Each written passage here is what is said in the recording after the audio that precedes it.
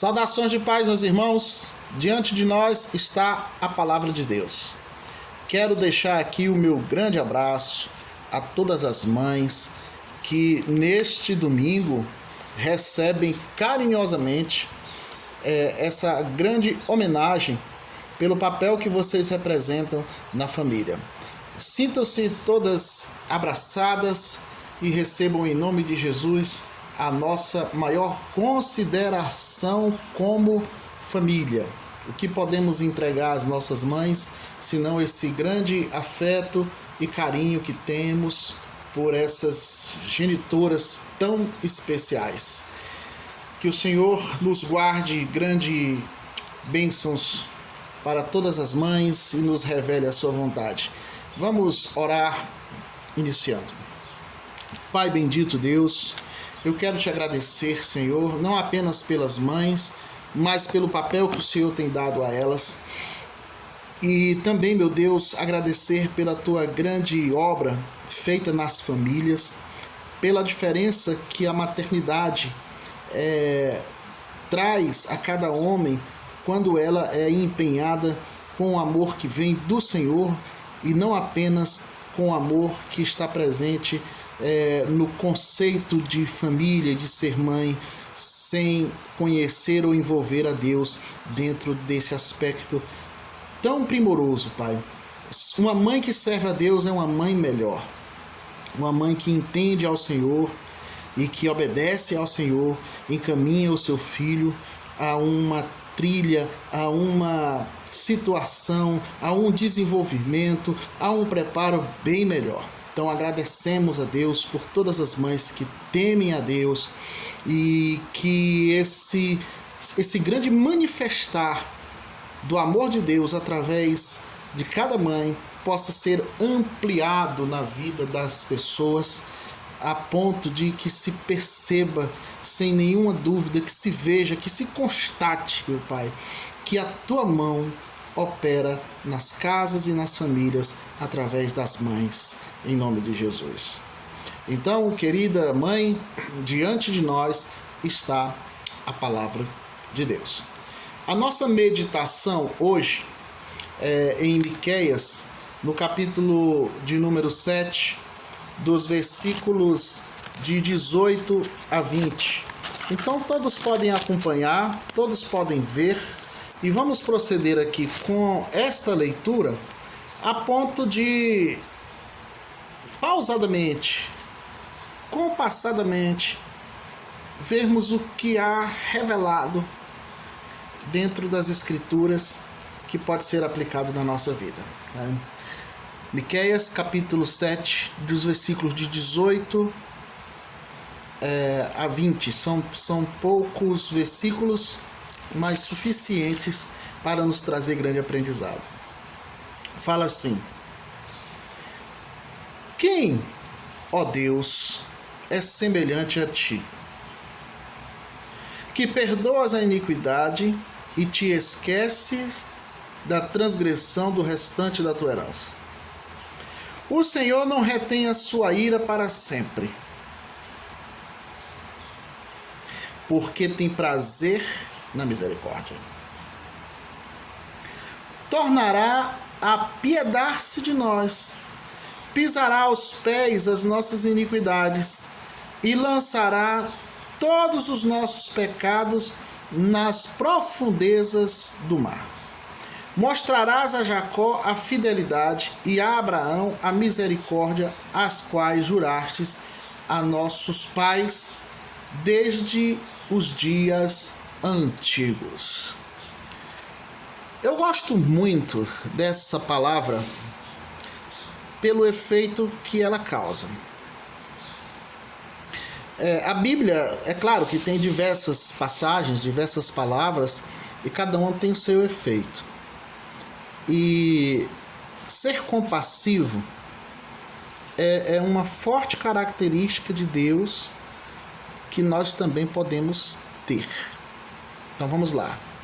Deus é justo e compassivo. Nós podemos também nos esforçar para termos essas duas características aperfeiçoadas em nós. Né? Mas no tempo de Miqueias havia muita corrupção na sociedade. Se lermos aqui o restante, ou a parte que antecede o texto que lemos, veremos facilmente a caracterização de uma sociedade iníqua e corrupta. Mesmo assim, ele fala que Deus está pronto para perdoar. Uma coisa é estar vivendo no meio de uma sociedade corrompida. Outra coisa é não ter perdão. Então, trazendo para os nossos dias, a corrupção também ela é bem notada. Facilmente a gente consegue perceber o quão real é a corrupção nos nossos dias. E como ficamos diante dessa situação tão desagradável? Dessa realidade que nós não podemos negar e nem a curto prazo resolver. Não depende de uma pessoa só. Tirar do meio de nós a calamidade da corrupção. Então, aqui nós aprendemos a buscar a Deus em meio a essas decepções. Por isso que eu digo que a palavra ser compassivo faz um efeito em nós. Ela não pode fazer um efeito na sociedade toda, mas ela pode fazer um efeito em nós. E aqui nós agradecemos ao Senhor por aprendermos a lidar com essas decepções. Do contrário, nós corremos o risco de nos tornarmos pessoas revoltadas. Você conhece alguém revoltado? Uma coisa é se conformar com a injustiça. Outra coisa, ou se indignar com a injustiça. Outra coisa é viver revoltado de uma maneira que a revolta se torne maior ou que chame mais atenção do que a própria corrupção. E nós aprendemos também que no versículo 7 ele vem para reforçar o nosso ânimo. Sim, ele vem colocando Deus como nosso refúgio. Vejamos o versículo 7, e aí nós vamos voltando para o texto que a gente não leu. Miqueias capítulo 7, versículo 7. Tem uma parte do texto que a gente não leu. Eu, porém, confiarei no Senhor, esperarei no Deus da minha salvação. O meu Deus me ouvirá. O que não podemos fazer aqui é confundirmos essa palavra com omissão. O fato de esperar em Deus não quer dizer que sejamos omissos. O fato de esperar em Deus quer dizer que nós estamos nos refugiando nele. E mesmo que muitos não pensem dessa maneira, né, onde é que está baseado o nosso pensamento, né? O nosso pensamento está pautado aonde? Nos motivos de injustiças que nos revoltam? Ou nós basearemos o nosso pensamento em confiar em Deus e esperar no seu tempo? Olha só, nós não dependemos de nada, nós não dependemos de ninguém para confiarmos em Deus. O mundo, sendo corrupto ou não, não muda a nossa relação com o Senhor. E aí a gente chegando aqui no versículo de número 18, o verso 18, nós encontramos uma resposta um tanto acertada. Quando diz: quem, ó Deus, é semelhante a ti, que perdoas a iniquidade e te esquece da transgressão do restante da tua herança. Ora, meus queridos, a palavra que me vem à mente aqui é remanescente.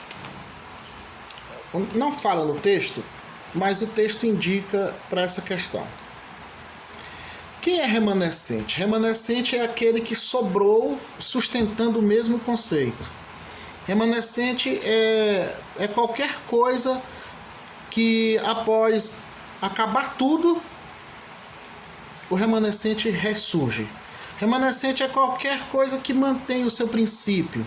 Remanescente é qualquer situação, pessoa ou organismo vivo que consiga se manter mesmo sendo minoria. É o que consegue ressurgir. Então, ao longo da história, Deus tem levantado muitos remanescentes que continuaram a sua obra. São diversas histórias. Por exemplo, quando as pessoas foram levadas em cativeiro, os que sobraram eram remanescentes. Sempre houve, sempre haverá os poucos que não se vendem. E nesses nossos dias, nós estamos cada vez mais sendo desafiados a sermos aqueles que permanecem, que remanescem, que depois de todas as agruras, consequências, dificuldades, perseguições, haverão aqueles que sobrarão. Quem acredita não se vende e não se envolve e nem se entrega. Mesmo que sendo minoria absoluta. Quando eu falo minoria, não é uma minoria notável, é uma minoria praticamente imperceptível. Porque confiar naquele que perdoa é fazer valer o que o texto está dizendo. Quando Deus, dentro da sua misericórdia, retarda, demora, o seu socorro praticamente não se demonstra evidente, e mesmo com toda essa demora, ainda existem os que creem. Ainda os que existem, aliás, ainda existem aqueles que têm um olhar de compaixão e de esperança, mesmo no meio de tanta corrupção. E embora de alguma maneira o mundo esteja envolvido em corrupção, Deus ele pode nos perdoar e nos livrar. Então, o remanescente é aquele que acredita que Deus nos perdoará. Não é perdoar uma pessoa, mas perdoará a nossa nação, perdoará o nosso povo. O remanescente é aquele que não deixa de acreditar. Porque quem poderá crer no que diz o versículo 19? O remanescente ele é o que crê no versículo 19, quando ele diz: tornará a apiedar-se de nós, pisará os pés as nossas iniquidades e lançará todos os nossos pecados na profundezas do mar. O remanescente é aquele que sustenta essa palavra. Ó Senhor, volta a ter misericórdia de nós, ó Pai. Essa é a oração do remanescente. Vem, Senhor, em nosso socorro. E não olha para as nossas transgressões, porque se o Senhor olhar para as nossas transgressões, nós estamos perdidos. O remanescente é aquele que acredita.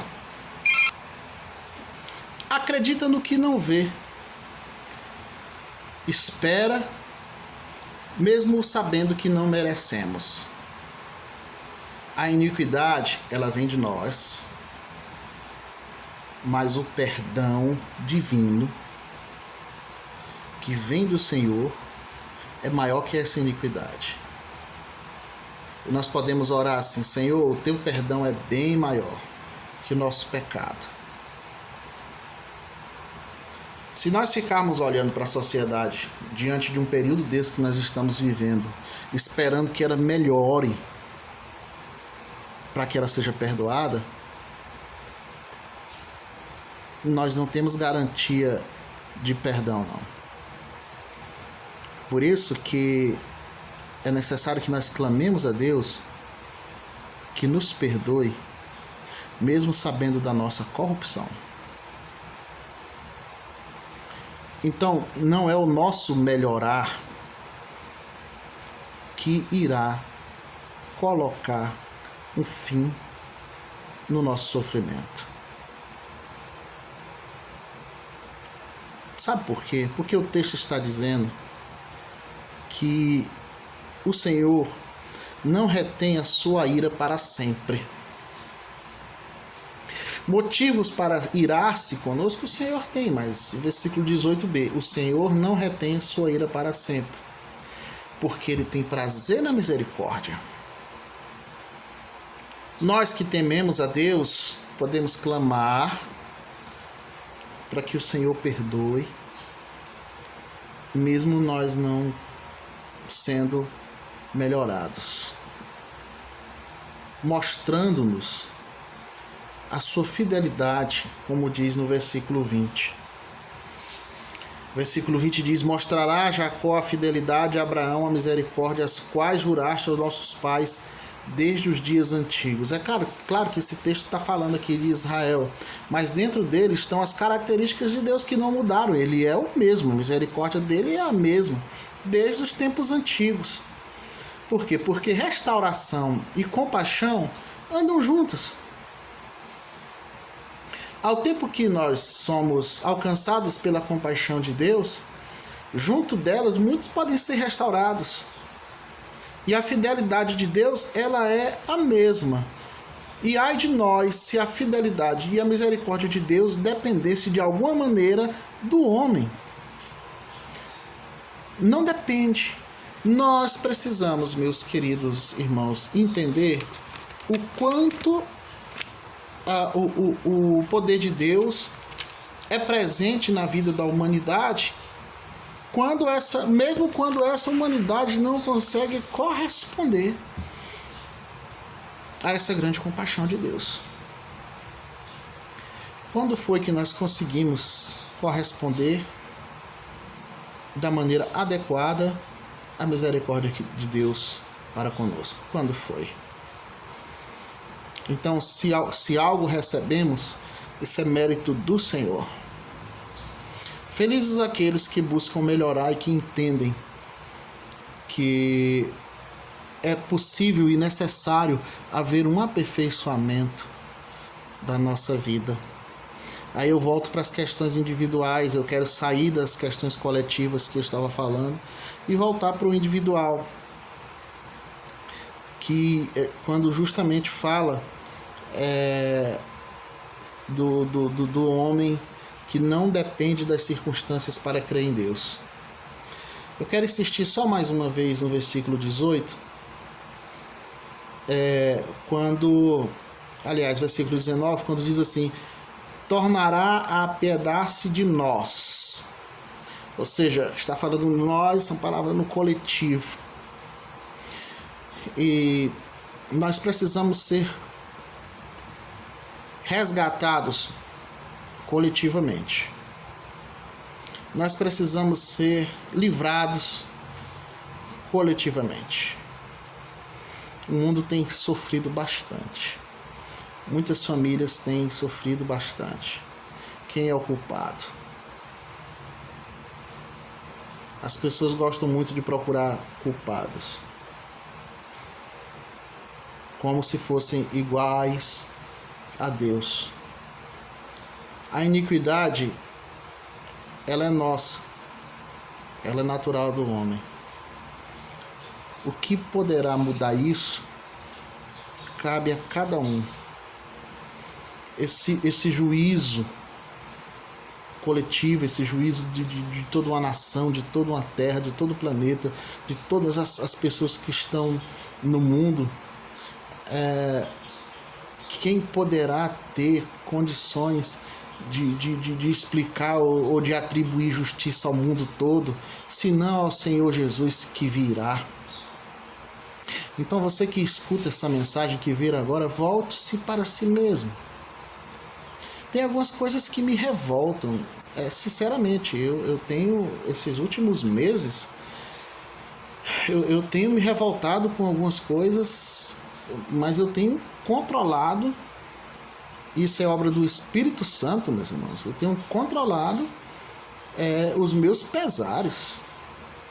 Eu tenho visto cada absurdo a humanidade cometendo atos de insensibilidade, sem preocupação alguma com a vida do próximo. E quantas vidas têm se perdido no meio dessa situação pandêmica que nós estamos vivendo? Aí eu me pergunto, o que é a minha voz diante disso tudo? Ela vai ajudar? Ela vai atrapalhar? O que é que eu preciso e o que é que eu posso fazer? Então, meus irmãos, motivos para exasperar o nosso coração existem muito. Mas, como eu falei, é obra do Espírito Santo chegar num texto desse aqui e confiar que Deus vai mostrar a sua misericórdia, a sua bondade. E Ele tornará a apiedar-se de nós. É assim que cremos e queremos continuar vivendo. Vamos orar. Ó meu Pai, meu Deus, nós acreditamos que podemos ser os que continuam perseverando, que sejamos os remanescentes, que depois que tudo isso passar, sendo assim da Tua vontade, que estejamos do outro lado dizendo que confiamos em Ti em todo o tempo e que não nos deixamos em nenhum momento ser levado por algum conceito que foi construído dentro do que o homem acredita, dentro do que o homem estabelece como verdade. Que possamos dizer que em nenhum momento nos deixamos ser enganados ou levados pelo vento ou desestabilizados. Ó Senhor, em nome de Jesus, muito obrigado. Que essa grande força do Espírito Santo que opera em nós nos faça estar seguros, estaiados, firmes no meio dessa tempestade, dessa dificuldade. Te pedimos, meu Deus, que sejamos resistentes. Sim, meu Deus, resistentes. Livra-nos, Pai, do mal. Como falamos na oração do Pai Nosso. Livrai-nos de todo o mal. Em nome de Jesus. Amém. Amém. Esse é o nosso tempo de reflexão. Esse é o nosso tempo de palavra de Deus. E que esse Pai Todo-Poderoso nos abençoe e as nossas famílias também, em nome de Jesus. Amém. Parabéns a cada mãe. Mais uma vez quero deixar aqui meu grande abraço.